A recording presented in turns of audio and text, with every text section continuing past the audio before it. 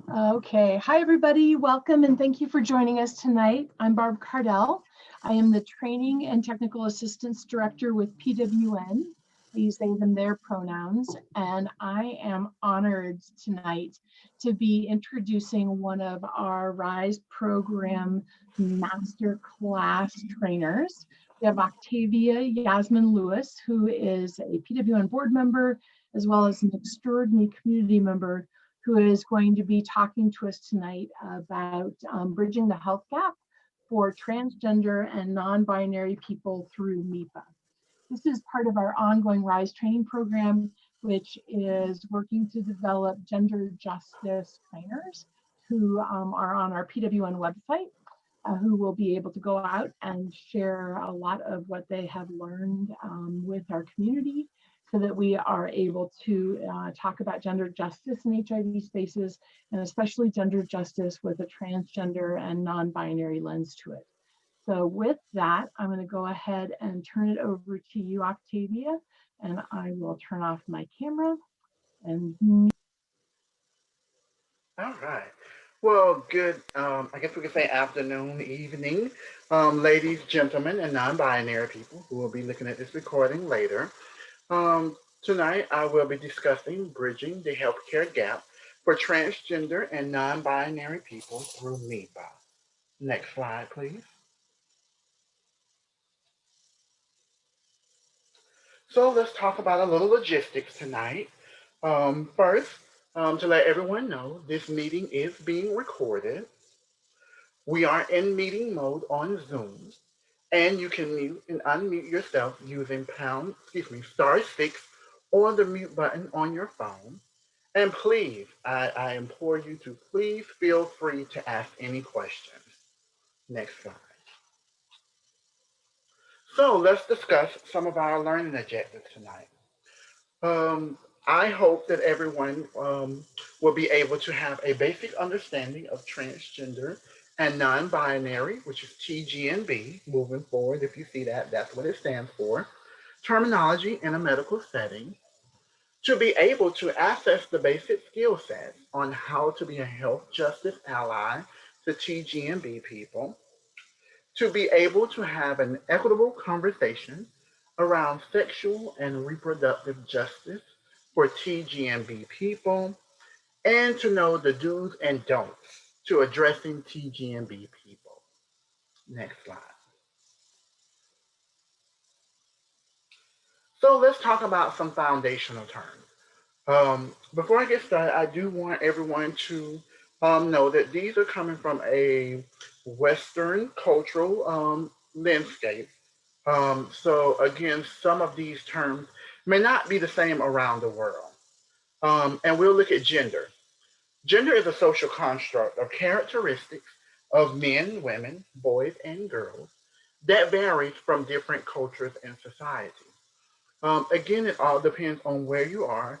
For instance, in the Indian culture, they have a third gender called Hijras, which again, they also have men and women, but they also express a third gender, something in which we do not do in our Western society. Gender identity. It is a person's deeply inherent sense of being masculine, feminine, or having both characteristics, or for some people, they have none of those characteristics at all. Gender expression is the representation of gender through expression of one's name, pronouns, dress, etc. So my expression is by my name, Octavia, which is feminine, and I go by she and her.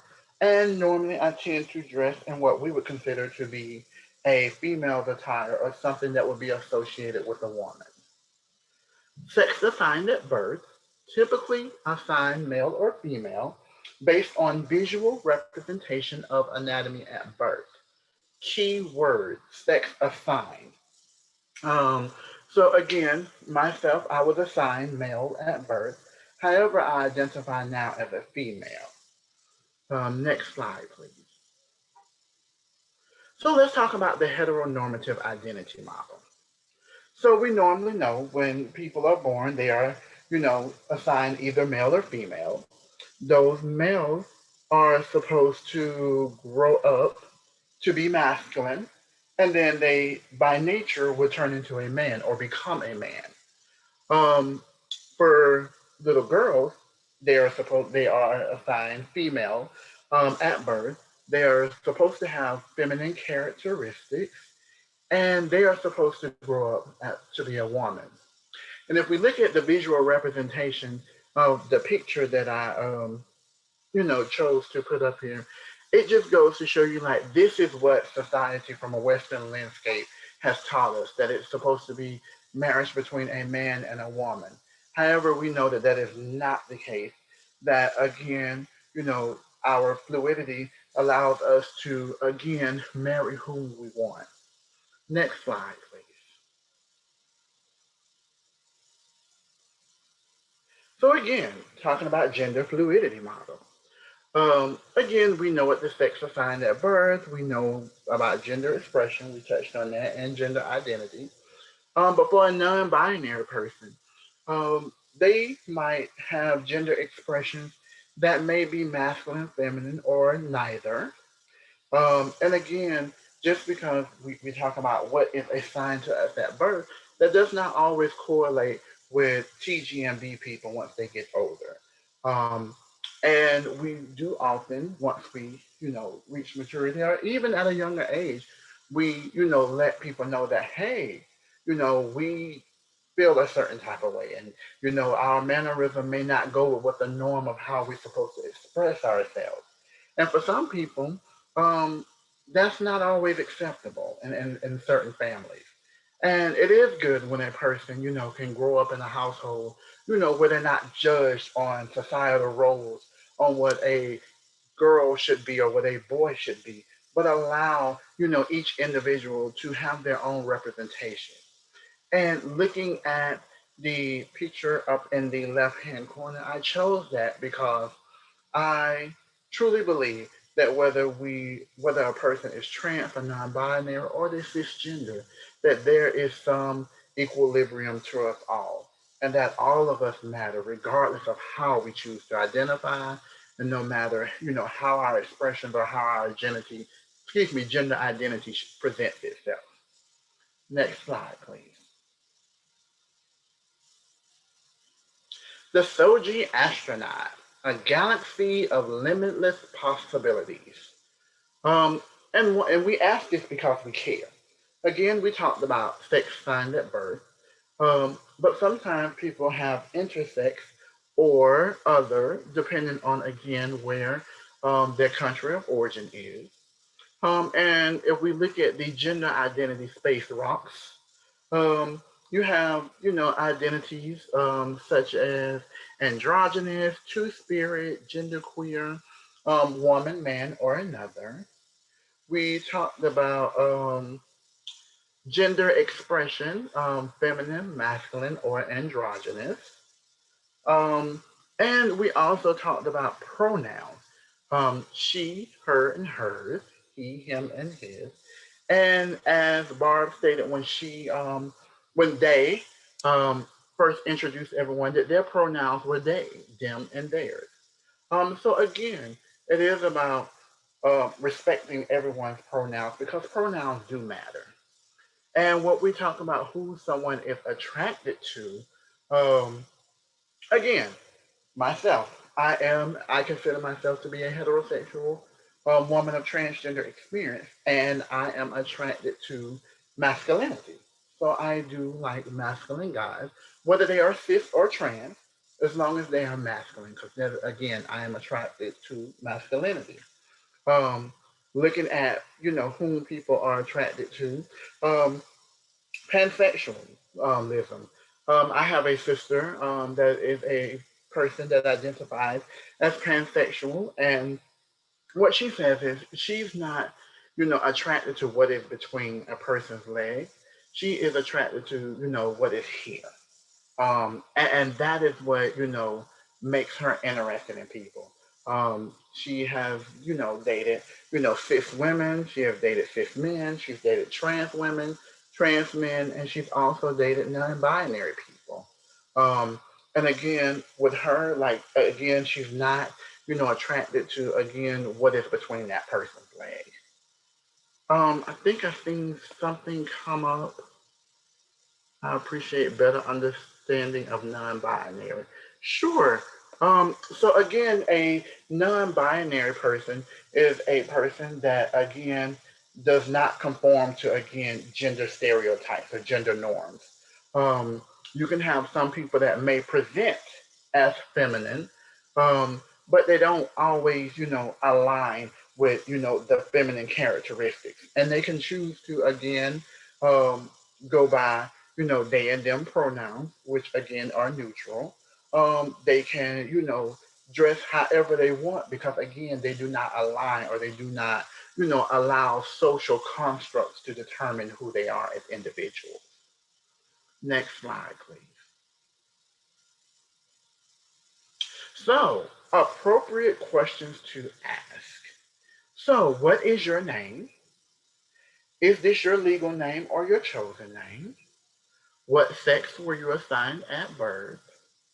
What are your pronouns? Again, we talked about pronouns do matter. Do you have identification? And may I have your insurance card? And note that their chosen name may not be represented on their insurance card because, again, um, getting your name changed is a process. Sometimes, depending on where you are, there are charges and fees that are associated with it. And not everyone can afford to do that.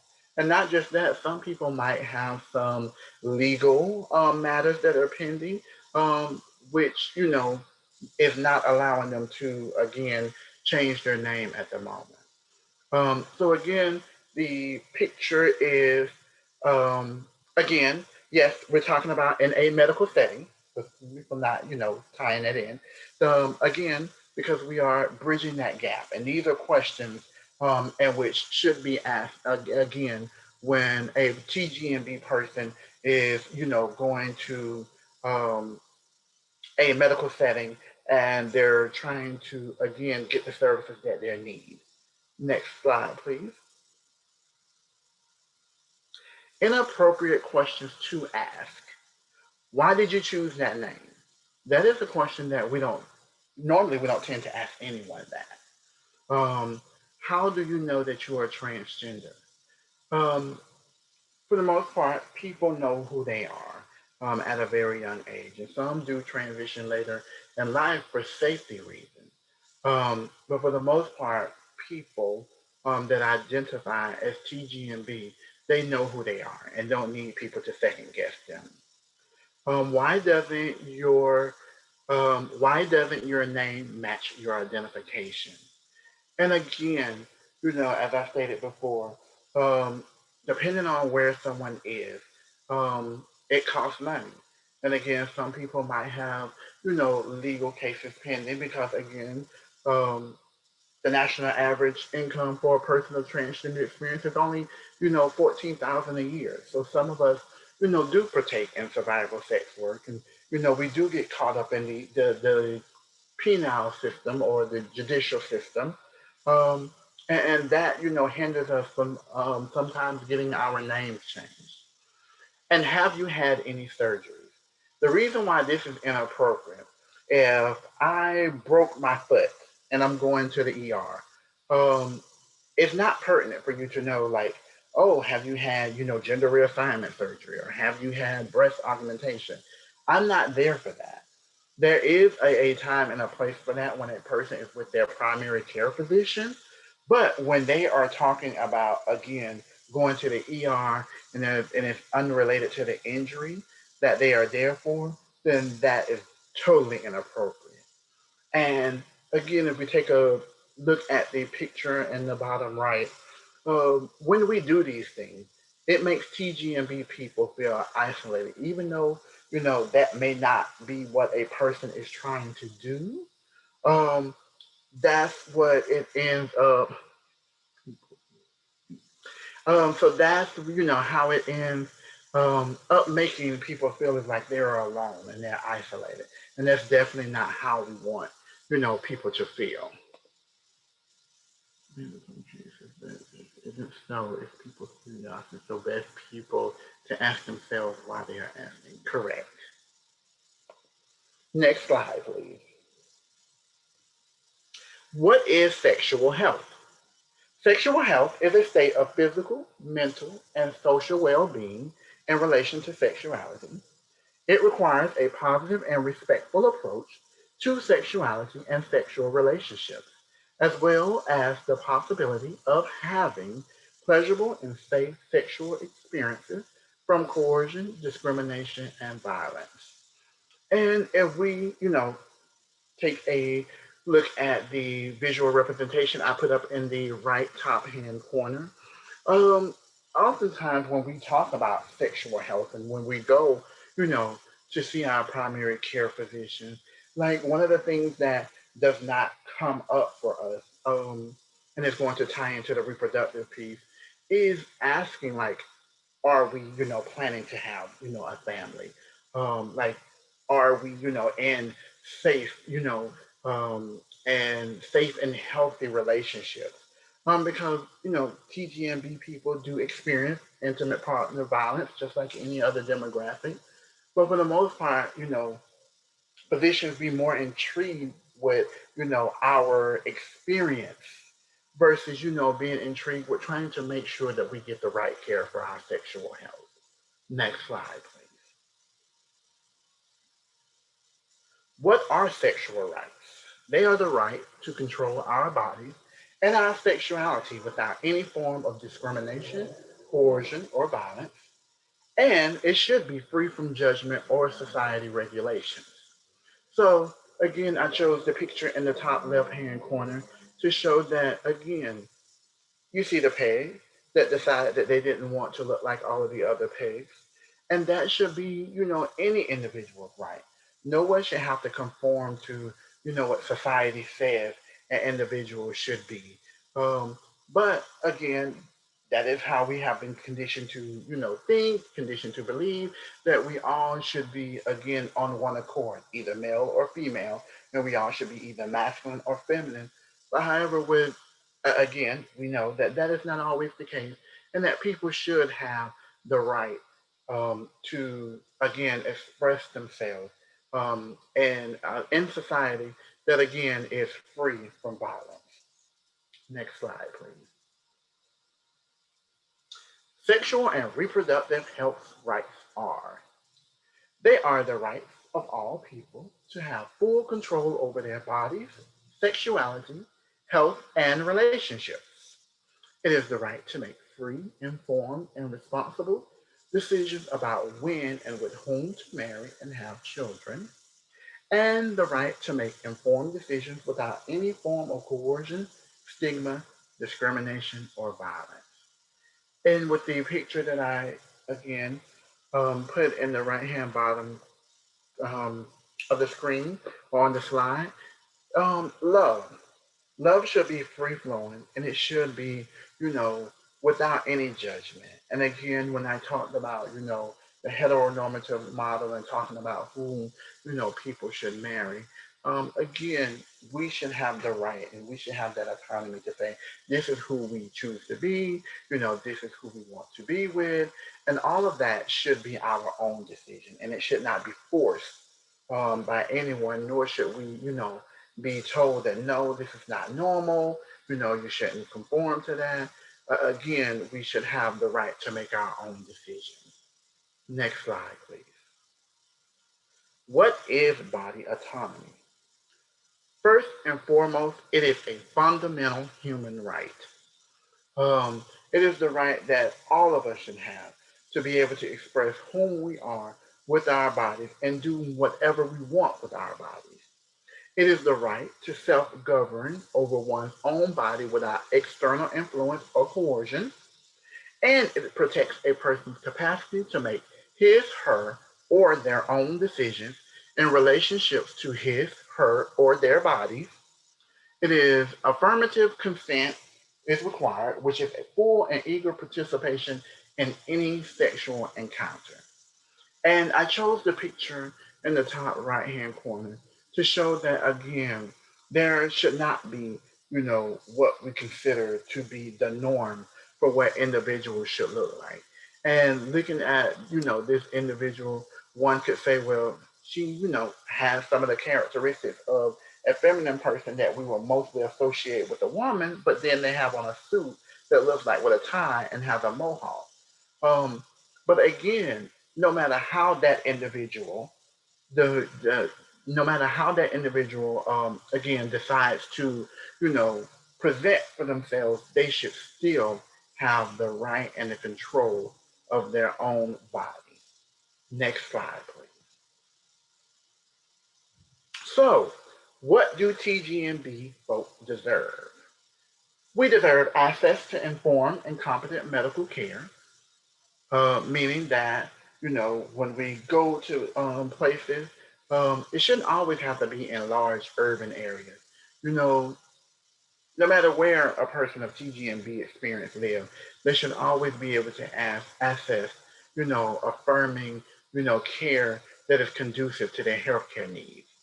Um, we deserve access to proper medical screening, meaning that, forms should be able to capture, our, gender identity and our sexual orientation to be able to put into their system, to help alleviate us being misgendered. We should have access to contraceptive services. Um, Again, just because we identify as TGMB, some of us, still um, choose to have our own biological children. But we should, be able to have access to those services. And we should also be able to have access to HIV care that captures who we are as individuals. And again, being able to, again, have that informed, consent, being able to go into different clinical settings and be able to get the care that we need. Because again, later on in the presentation, you will see that there is a high prevalence of HIV rate in the trans community. Next slide, please. So, how do TGNB folk get what they deserve? Again, through body autonomy. And again, we touched on that earlier about having the right to choose what happens to our bodies. Diversity as strength. Trans people and cis people share many experiences and also have unique experiences. We are all, and I'll say this again, we are all connected through our various intersectionalities. And what those intersectionalities look like is some of us, depending on how we identify, we may be a person of color. We may be parents. We may be scholars. We may even be a person that's left-handed or right-handed. And those intersectionalities, you know, doesn't, stop because a person is trans or a person is cis or a person is non-binary. And again, if we just stop to take the time and get to know one another, we would see that we have more in common than we, have that are different. And we need to have, unity around state violence, with various, laws that are coming out that are discriminating against, trans and non-binary people, making it hard for young, trans youth to participate, in school sports. And, there's bills that are, and legislations that are coming out, that is making it hard for, people of trans experience to use the bathrooms wherever they feel free, um, and access to care, and unity around right wing attacks. And again, a lot of those are, the bills that are coming out and the legislation, particularly, in red states, and a lot of them that are in the southern states, which are, considered the Bible Belt states. Um, so again, we do need unity around those things. Next slide, please. Entrance to care. So 23% of TGMB people avoid seeing a doctor in the past year when they needed to for fear of being mistreated as a trans person. This creates challenges with, again, capturing our demographic because intake procedures that are not designed to adequately, capture who we are. Um, and that goes along with the electronic health systems um, that people or systems have that are antiquated, that does not have room for, people of TGMB experience, people of trans experience. Um, and that, experience breaks down to one in four of us experiencing a problem with insurance. Because again, some insurance do not cover all affirming procedures, everywhere.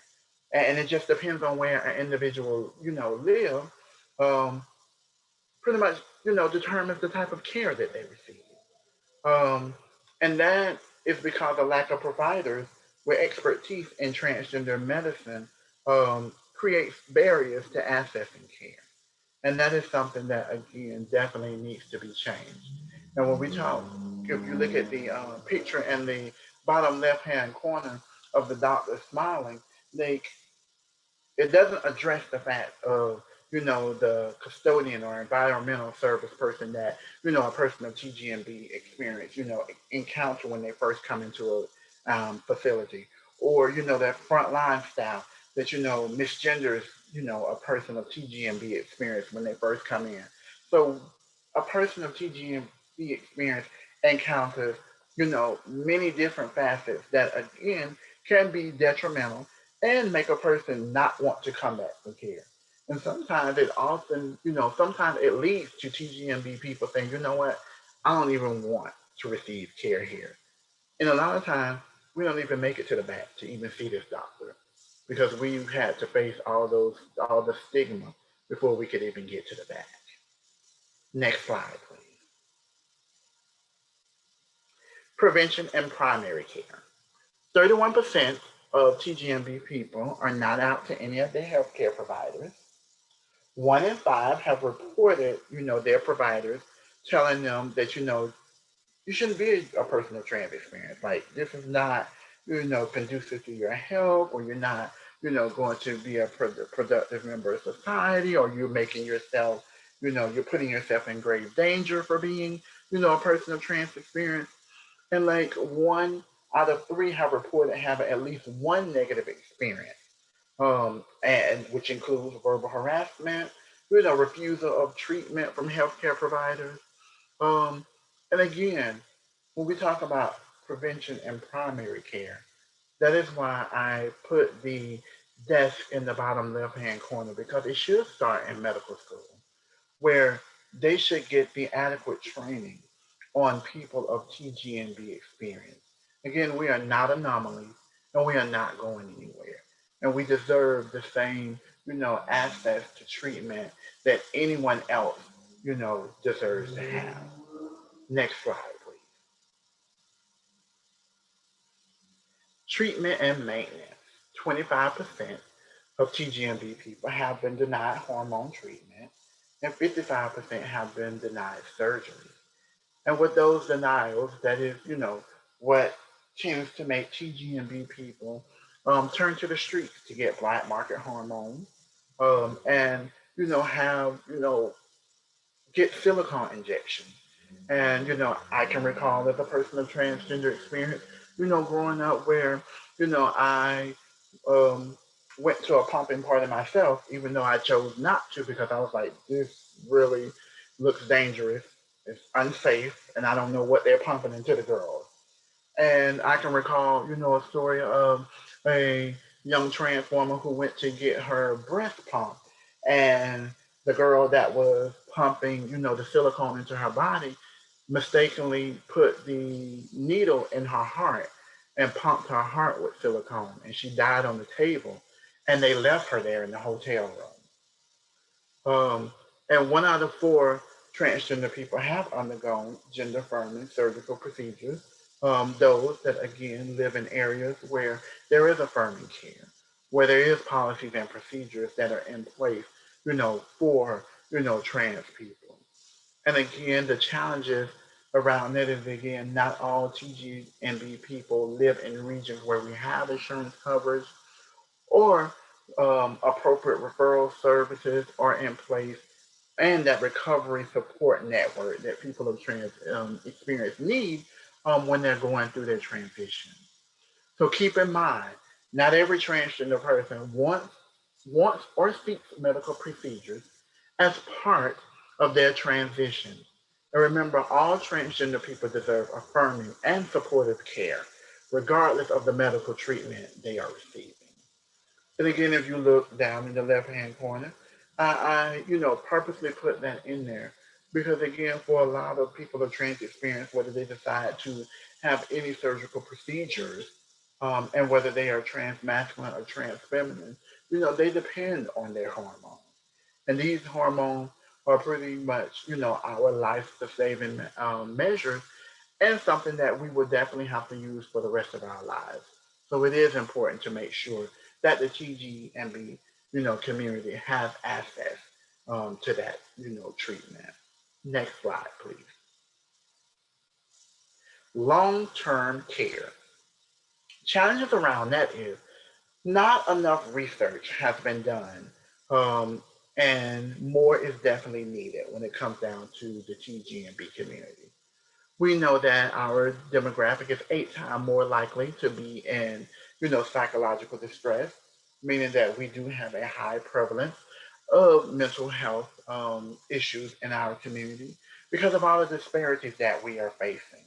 Um, whether that is, you know, with employment, whether that's with housing, you know, whether that's with accommodations with school, like all of these disparities, lead to us being in more psychological distress.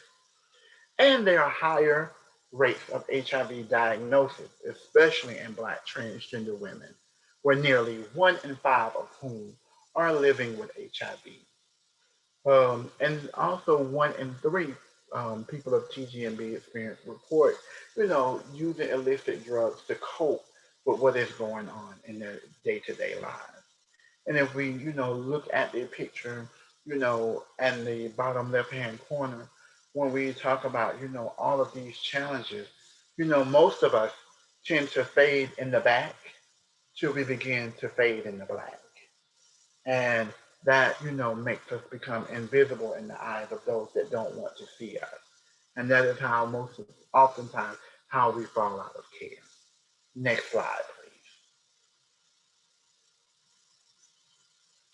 Social determinants of health for TGMB people.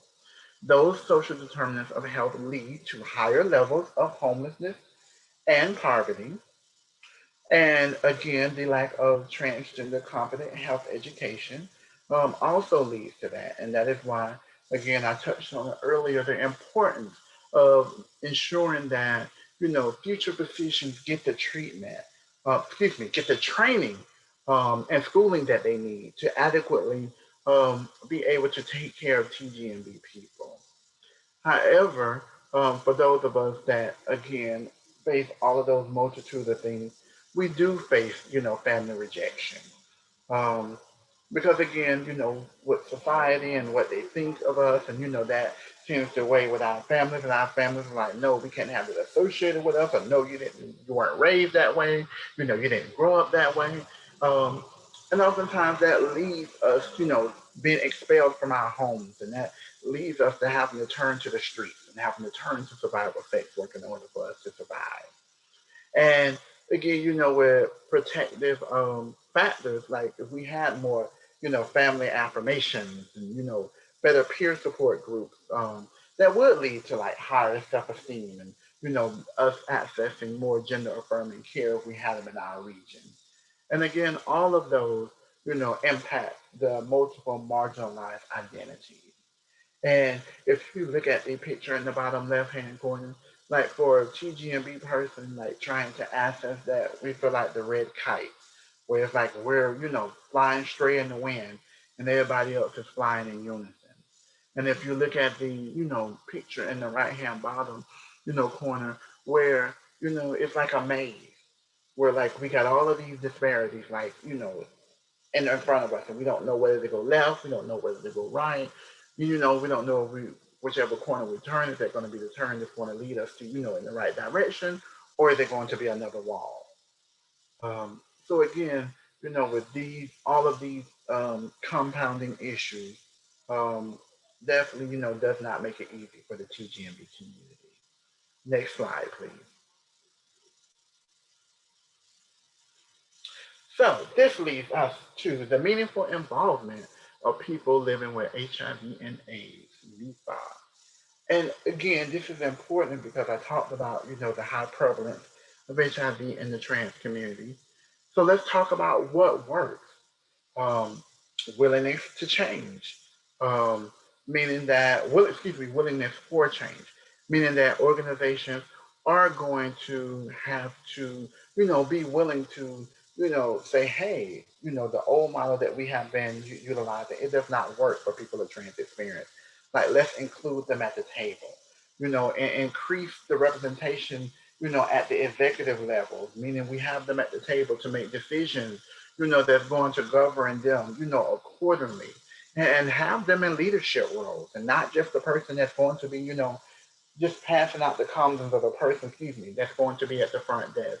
But let them, be in positions where they can say, hey, this is what we need and this is not what we need. And centering, the TGMB community. Because again, when other people that are not, rooted in the issues or not invested in the issues, they come up with plans that may take 10 steps. But if you ask the people that are going through the problems, how can you get out of it? Oftentimes we can tell you how to do it in 3 steps. And what doesn't work is rigid organization structures. You know, you have to realize that our community are not always a 9 to 5er, because we most of the time we are in survival mode. And oftentimes we have to stay up late at night, to survive. And sometimes we don't know where we're going to get our next meal or where we even want to lay our heads at. What does not work also is, you know, not having clear commitments to like creating change, but like giving us lip service and gaslighting us. That does not work. And also having, the anti-blackness or race neutral or colorblind narratives. That doesn't work. Like, call it what it is and speak on it and say, yes, we know that like black and brown, women of trans experience, have higher prevalence of HIV. Like, speak on it. Let's talk about that. Um, so that's why it is important to engage us in a meaningful way, to get us involved at the decision making table. Next slide, please. So, let's talk about Section 1557 of the Civil Rights Law. It, prohibits discrimination in healthcare against individuals that are pregnant, have pregnant related conditions, sex stereotypes, gender identity, and sexual orientation. So our intersections come in with the fact that not only do cis women get pregnant, but non-binary people also, experience pregnancy. Transmasculine, people can also experience pregnancy. So again, when we talk about, you know, intersectionality, again, when we stop and we think about it, we have more, in common than we do, than we don't. And I think, with the way society has taught us, um, we have always been taught to like, nope, we can't associate with this kind because nope, they don't align with our values or our principles. But yet we're going through many of the same, similarities. But again, people have been taught that nope, us left-handers can't, deal with the right-handers. And again, we have to move away from that type of thinking. And again, why I chose the court steps, because that is how we make change, by creating laws that, protect all TGMB people, that make it safe for us to live in our authentic truth. Next slide, please. So, things to confirm. Is proper pronoun usage. Make sure you address people with the pronouns that they tell you, whether or not they visually align with who or what you think they should be. Respect their pronouns. If a person is in a medical room, make sure that you have the correct signage. Um, Always, if they have partners, because we do have partners, know how to address our partners.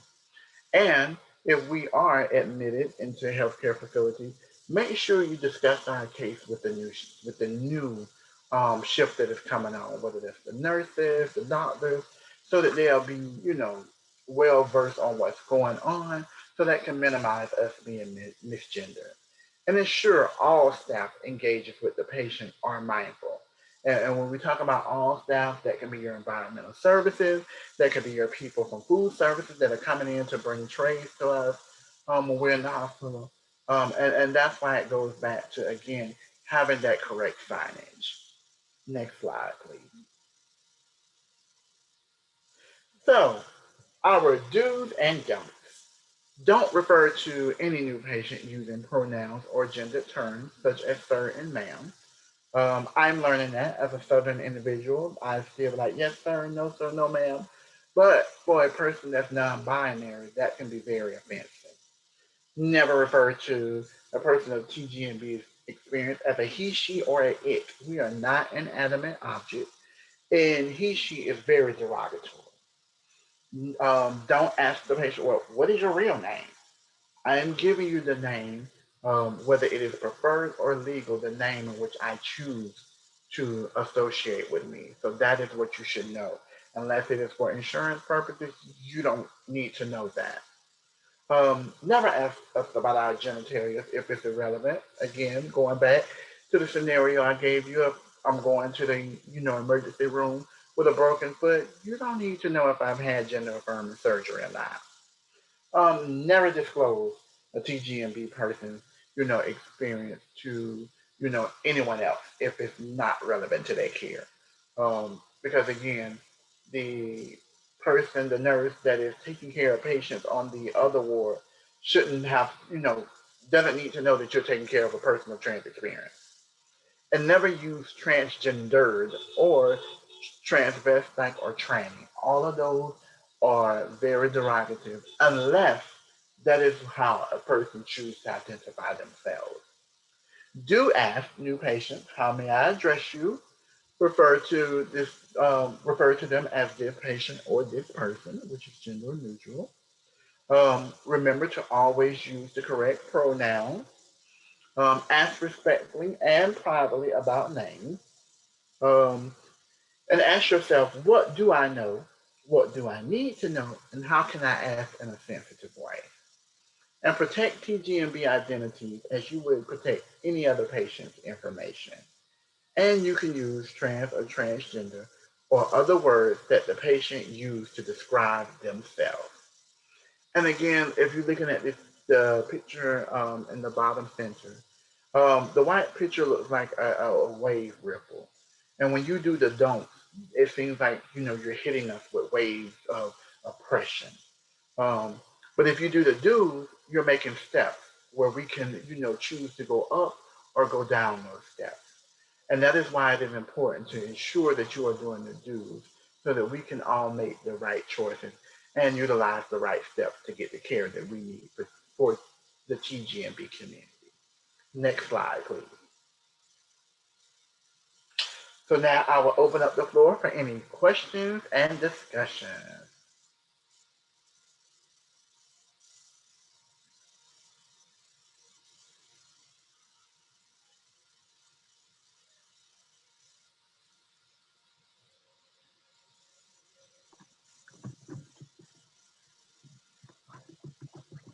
Yeah, Octavia, in case you missed it as it went by in the chat box, certainly Alexa has said that she really appreciated the do's and don'ts list, that it was a good place to really kind of start these conversations for sure.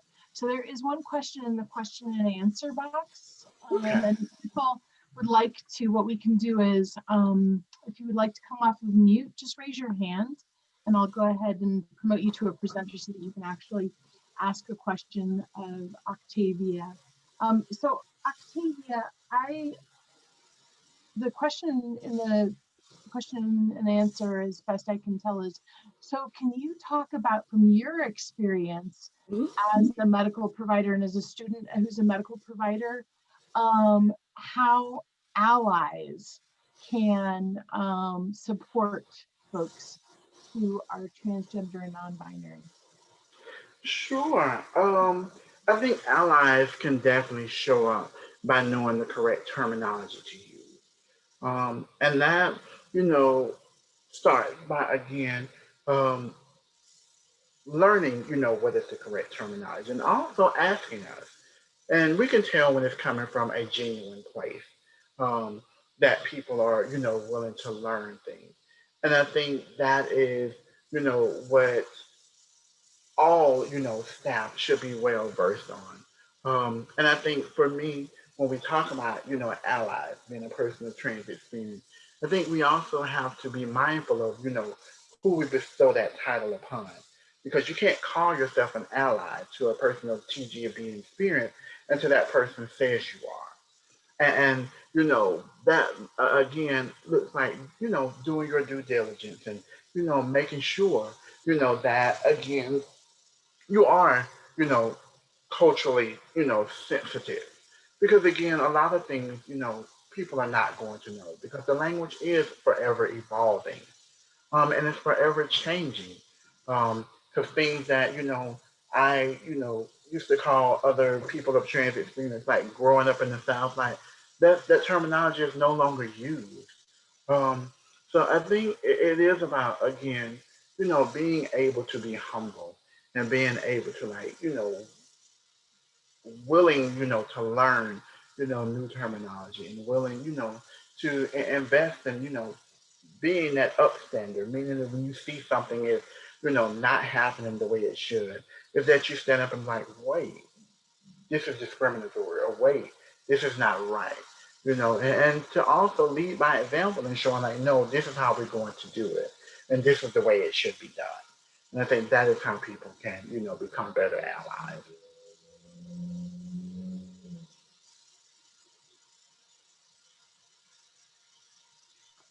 Great, thank you.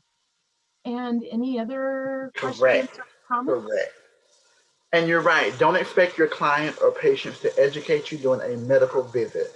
That is so correct. Because and even myself, when I, as a person of trans experience, when I'm going to my medical provider, like, I don't want to feel like I'm educating you. Like, I really want, it to be, me coming to you saying, hey, this is, how I'm feeling, this is what's going on. And you give me, your professional medical, opinion on what's going on with me. But I don't want to sit there and have to educate you during my visit. So I totally agree, Alexa.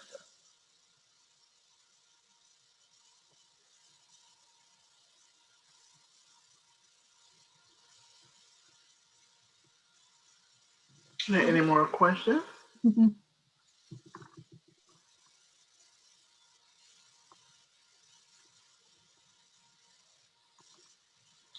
Well, I guess if there's no more questions, I, put my contact information on the next slide.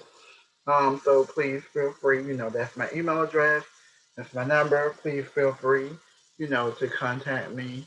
And again, thank you for allowing me to, take this time, to again introduce you to something that I hope is going to be useful to you, your organization. So again, thank you all so much. Yes, thank you. So we went ahead and we put the evaluation link in the chat box. And so if people could just take a few minutes to provide Octavia feedback on her presentation, that would be greatly appreciated. And then I do want to say that all of our gender justice trainers are available to connect with people and do training. So Tammy had said that every aid service organization, every clinic should be given this presentation. And that is part of what Yay! Octavia's intention was. Um, Ashe. yeah, yes, absolutely. Because, Octavia, do you mind talking about why you wanted to do this presentation? Yes, I wanted to do it because again, as a person of trans experience living with HIV, I can recall, trying to access services early on in my transition, early on in my diagnosis, and having people um, pretty much disrespect me, disrespect, my identity, disrespect the fact that I was a person living with HIV. And I vowed to, change that narrative. That when a person, is, first starting their transition or newly diagnosed, that they shouldn't have to go through that. And I wanted to be that change that I wanted to see. And I, wanted to be able to, again, provide the services that were not provided for me. So that's what made me want to go into the medical field and, work within the medical establishment to hopefully try to change things one policy at a time. Wonderful. Thank you. Thank you so much. And thank you so much for this incredible presentation. It, again, really is so informative and will be incredibly useful. So thank you from the bottom of my heart. Thank And everyone. thank you, Barb. Again, I couldn't have done it without you, honey. Our conversations and, your feedback and I appreciate that. And again, sometimes, we can tend to do things, to it comes to the point where it's like we're working, in silos or we have our blinders on. And when people, ask you questions like, well, okay, could you elaborate on this a little bit more? Could you give me a little clarity on this? Like, I think, that is a good thing. And I think that anyone that is doing any type of presentation, that they should always, have, that good support network that is going to, challenge you to be better. Because we know what we're doing, but all of us have room for improvement, including myself. And I think I appreciate that the most going through this process and going through this RISE training is that I was pushed, to continue to grow professionally and personally. So thank you for that, Barb. My pleasure. It's been this is such a powerful part and the center of my work at PWN to be able to support gender justice trainers and to work with each and every one of you. So from the heart, it is so appreciated. So I know it's late on the East Coast. Unless we have any last minute questions for Octavia, we will go ahead and let everyone go for the evening. Thank you all so much. Thank you And, all. we will let you know we have, I think, one more final presentation left, and it's going to be incredible. And then we'll actually Yes. share all of the recordings with people. So thank you for supporting the program and thank you for joining. Please go ahead and fill out the evaluation. I'm going to put it in there one more time. And with that, just great, incredible gratitude and have a great evening.